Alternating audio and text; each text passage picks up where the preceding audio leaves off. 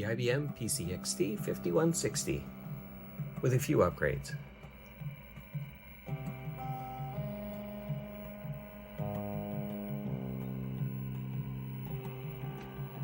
Still keeping it retro, you have a serial mouse, swapped out the single floppy disk drive for two half-height drives, swapped out the original hard drive for an SD card connected to the LED of the front cover of the original hard drive, and a clicker added. This allows us to boot into DOS 6.2, we can run Windows 3, and put all our games and programs just on one SD card. Beautiful sound through our Labtec CS1000, which came out in about 1993. And of course the power center, which most of us have had on our systems. And we're running an ATI VIP Ultimate card, which has EGA output and VGA output. Going to an IBM 5153, normally thought of as CGA monitor, but it supports all the EGA games that came out except for only about 2 or 3. So we still can enjoy all of these awesome adventure games and racing games and Windows 3.0, all in EGA mode. And that's it. That's our retro system. Hello retro computer people. Today I'm going to give you a little virtual tour of my PC XT retro upgrade. So starting out with this little guy, we've got 8 slots in the XT, which is the IBM model 5160. And I've used all but 2. So one is empty, and this one, the slot 8, is a little bit unique because only some cards work in there, and you have to specifically state that this card is in slot 8 or it just won't work. We're going to start with the one side here. What we've done is we've added some upgrades in the slots that we have here. Starting with slot 1 is an ATI VIP Ultimate EGA VGA card.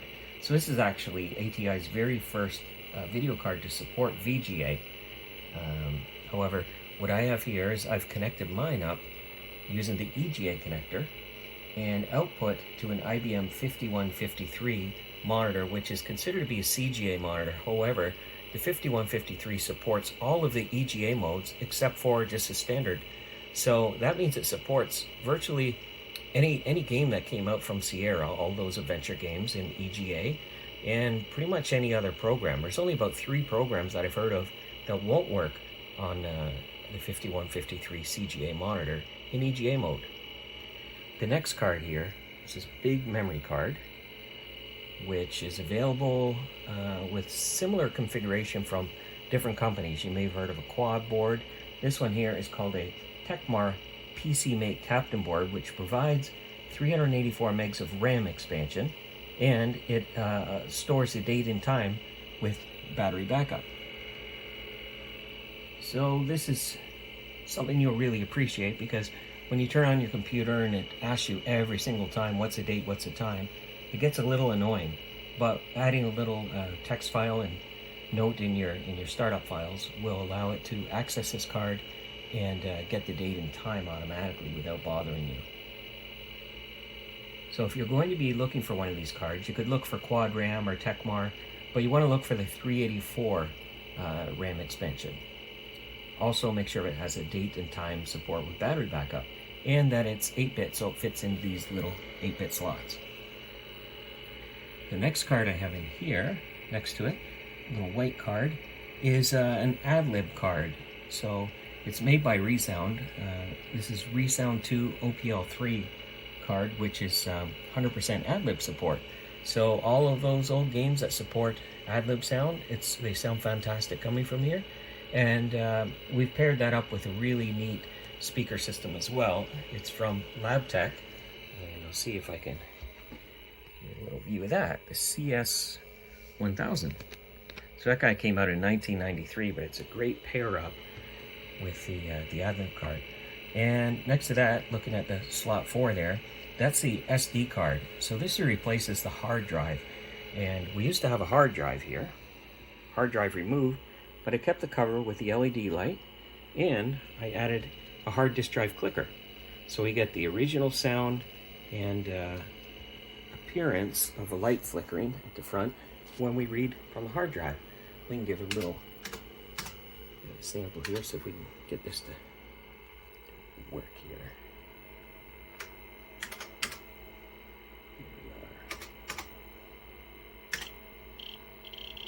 There we are.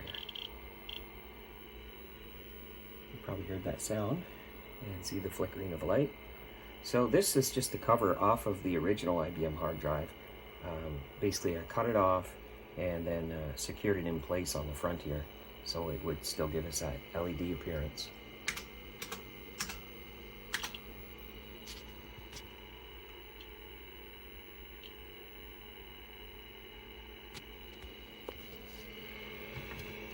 This SD card reader, it has its own BIOS, so it replaces the system BIOS on the motherboard, which means it doesn't matter which BIOS you have on your motherboard. It's not going to be using that anyway unless you disable the use of the SD card, which you could do if you wanted to boot from a floppy disk, for example. You just disable this card by just a little dip switch on there, and then it will use the system BIOS. So in that case, if you need the updated system BIOS, you can easily download those off the internet. And an empty slot, and next to that, in going over to slot 6, it's just a serial card, which we use to connect our serial mouse.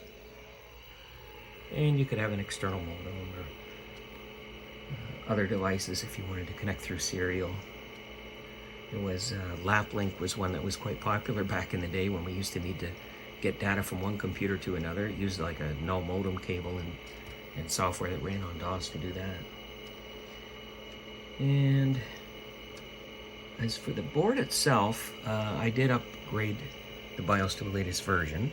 This one already came with the 8087 math coprocessor, which isn't really necessary, but it's nice to have. And also I swapped out the original CPU, the 8088, for the NEC V20. It only gives about 10% speed increase, but at least it kept it original and appropriate for that time when the NEC and the 8088 were really the only choice, unless you wanted to get a daughter board or some other thing to upgrade your whole system to a 286 or even a 386SX. But you'd no longer have an XT if you upgrade your motherboard. So keeping it all as an actual XT, the fastest processor we could get would just basically be the NEC V20, because we still needed it to run at a 4.77 clock speed. Otherwise it wouldn't be compatible with other system components. And that's pretty much all we've done for upgrades of our system. So just to go over that quickly, we've got an ATI VIP Ultimate card there. We've got like a Quadram or Tecmar, which upgraded our memory. We have an AdLib card, which gives us the beautiful sound, and SD card reader connected to hard drive clicker and to our front panel with the LED, and then a new serial card, and then our floppy disk drive controller, and we've swapped out the original full height floppy disk drive with the two half height.